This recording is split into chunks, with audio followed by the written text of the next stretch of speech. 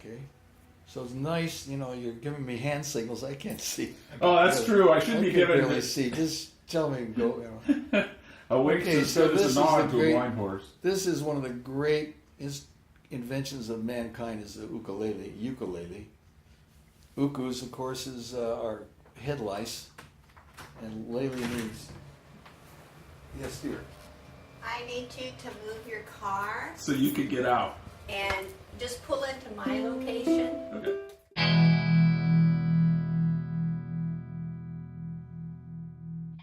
So this is for my dear friend Malcolm, and you've asked for some filming of me playing the ukulele. And first, I've got a really great ukulele that cost $100 from Laguna guitar place out in North Laguna. And of hundreds of ukes I've played, this has got a terrific tone that lasts for a long time. I'm a performer, but mostly a teacher, and I primarily just fiddle around and play. And I'm going to give a quick ukulele lesson about how easy this thing is. This is one of the main chords in uke playing. And if you take this piece of wood here and move it up, it makes right away, it can make 13 different chords. 2, 3, 4, 5, 6, 7, 8, 9, and so forth all the way up. Those are minor sevenths, which figure prominently in most jazz arrangements of anything. This one, A minor seventh, is also played like that, and also some other places up here, other positions. So you got this is this one is this, so forth. So if you play this or here or this all the way up, these are all minor seventh chords, as these are all minor seventh chords with different names as you go higher. Another voicing of that is this voicing.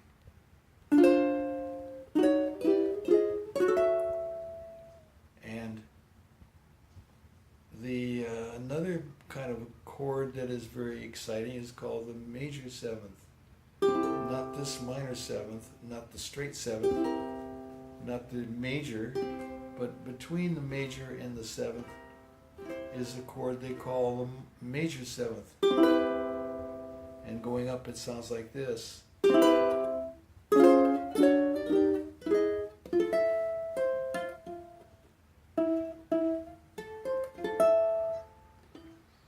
And combinations of those configurations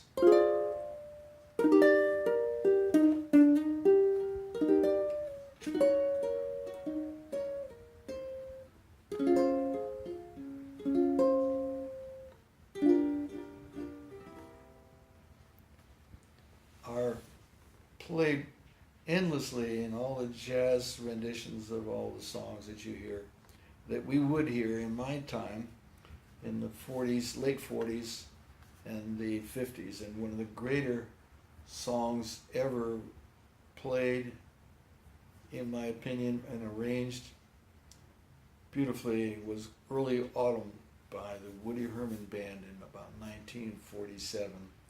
Now, there's two prominent versions. There's the one where Woody is singing it, and the other one where it's an instrumental. And in his sax section is Stan Getz and Zoot Sims and many great players. He had the most progressive. He and Stan Kenton had the most progressive bands of the era. Not to take away from Buddy DeFranco and the guy Artie Shaw. I got Artie Shaw, who married Rita Hayworth and a half dozen other women of the time. Terrific musicians with wonderful ears, and yet capable of holding a band together during those turbulent times.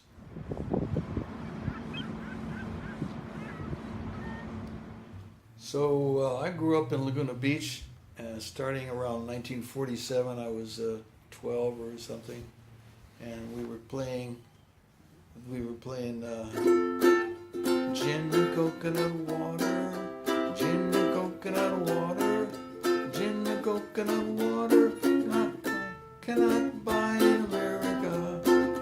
Here's how you mix this drink. You mix it in the kitchen sink, and so forth. And we thought that was really cool because it had to do with alcohol, and that was the next step to maybe grow up and get into alcohol and get into sex. But there was also these other songs with more romantic flair, like.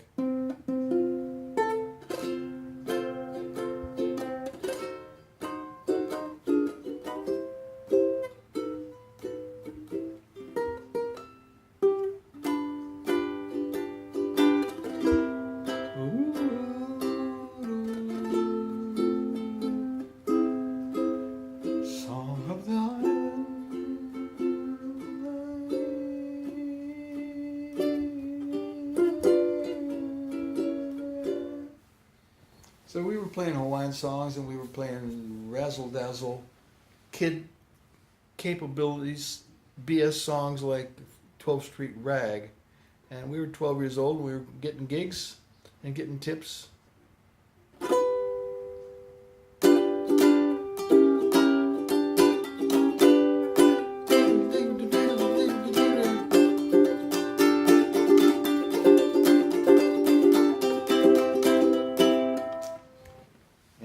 Playing 5'2", 5'2", eyes are blue. Oh, what those 5 feet can do, has anybody seen my gal? Turned up nose, turned down nose, floppy, yes, she's one of those. Has anybody seen my gal? Now, if you run into 5'2", covered with furs, diamond rings, and all those things, you bet your life it isn't her. Well, could she love, could she woo, could she coo? Has anybody seen my gal? I don't need Mildred. Has anybody seen my gal?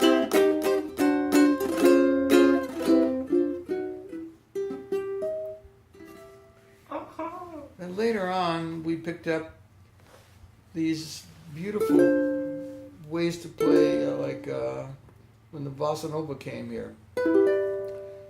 Played with easy chord changes. Dee dee dee dee dee.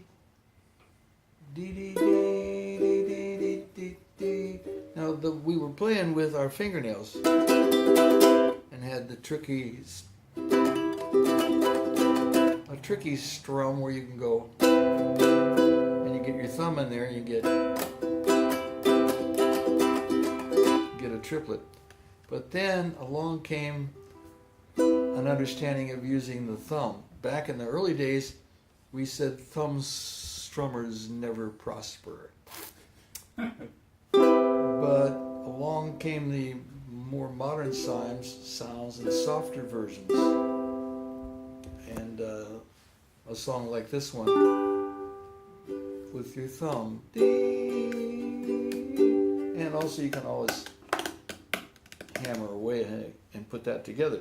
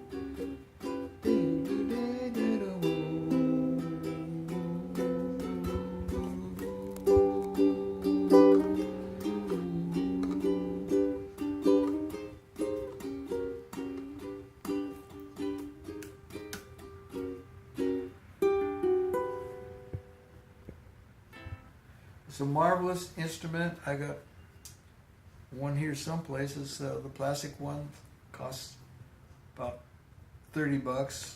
Had Harry's Music Company. That's got the little porpoise on the back. These guys are made by offshore companies, and there's a lot of good instruments out there, cheap. And if you want to learn music, the ukulele is the best way to get started, because you can play all the notes that anybody else can play on all their instruments, and you can play all the chords that a guitar player can play. It's simply a soprano guitar, really. The guitar is 5 steps lower in tuning. So this is like being up 5 frets on a guitar. And and doesn't have the 2 thicker strings, which means you can't do quite the job with that the greatest guitar players can do. But boy, if you watch the greatest ukulele player, who in this day and age is a guy named Shimabukuro, and I can't remember his first part of his name, but everybody knows this guy. And I don't remember the rest of that thought, nor do I know what I'm supposed to be doing right now. Me neither. That's the best part of life, right? Right. And that's pretty. So there's a thing called the cycle of fifths, and it's played. I'm going to play it using sevenths, and you can figure out what that's all about. I'll just play it. It goes around and around. So this is D seventh, as in dog, G seventh, C seventh, F seventh, B flat seventh, E flat seventh, A flat seventh, C sharp, D flat seventh. Let's see, and then Is there going to be a test the later? next one, and then B seventh, or B seventh, E seventh, A seventh. So we're going around.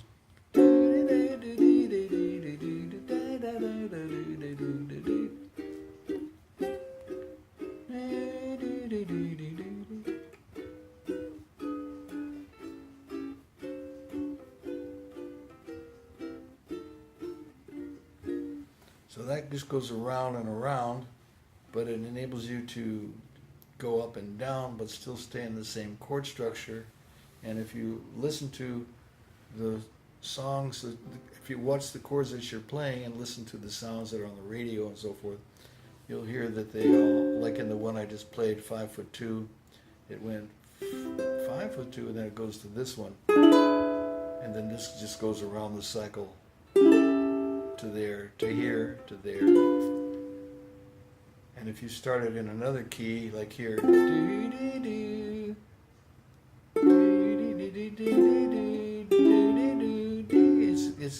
it gets in that same merry-go-round. It goes in the same cycle. That's about all I got to say on that. Okay. Drums. So I've been a professional drummer since I was 14. I did a movie, The Rhythm of Art, by a famous watercolor painter in Laguna whose name escapes me. And I was playing on stage, playing with Sing Sing Sing, Gene Krupa's big number.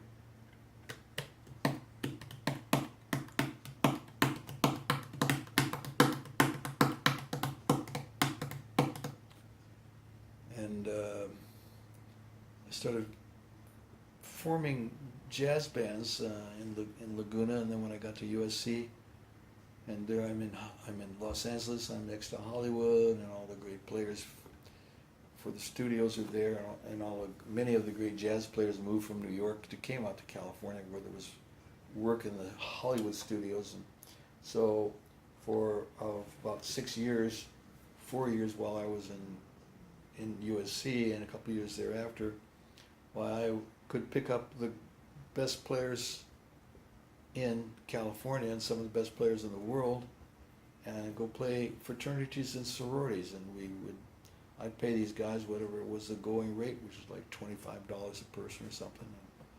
I'd have Leroy Vinegar on bass and Richie Kamuka on tenor saxophone and stuff like that. But and the drummer's role was subservient with some breaks where he would play 4 or 5 bars, 4 or 8 bars of drum solos, and you play little licks in between the runs of the musicians. Pretty much like punctuations in a sentence, in a paragraph. But more recently, I've tired of carrying the drums around. I've tired, and the venues for a drummer are less and less, and the guitar amplifier has ruined a lot of the music that was subtle and has dulled the sensitivity of the listeners, and the music that's generally played in restaurants and dance places. It's just loud pap, and I mean, there's great players in there, but they're temporarily, and that's the past like 50 years, sidetracked into pounding and shouting and circus performing. And you watch these bands. I'm not taking anything away from the Rolling Stones, but that kind of a thing with a lot of prancing and sexual innuendos and.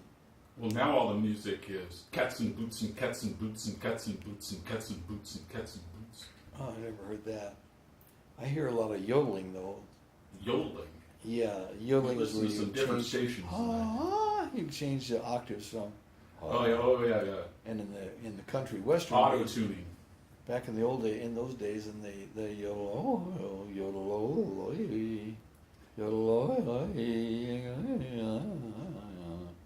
and you hear that kind of stuff in today's, and you hear the ever since Whitney Houston did that "I Will Always Love You." There's just a lot of octave. We play a octave higher or 2 octaves higher and sing for a long time with a lot of vibrato. But there's this magic in the chord changes and the structures of the songs that is still being revealed and tapped, and which there was an attempt to get at it back in the days of so-called classic music, but the methods of reaching it were so arduous, the writing down of all these notes and fiddling around and playing around. But then came the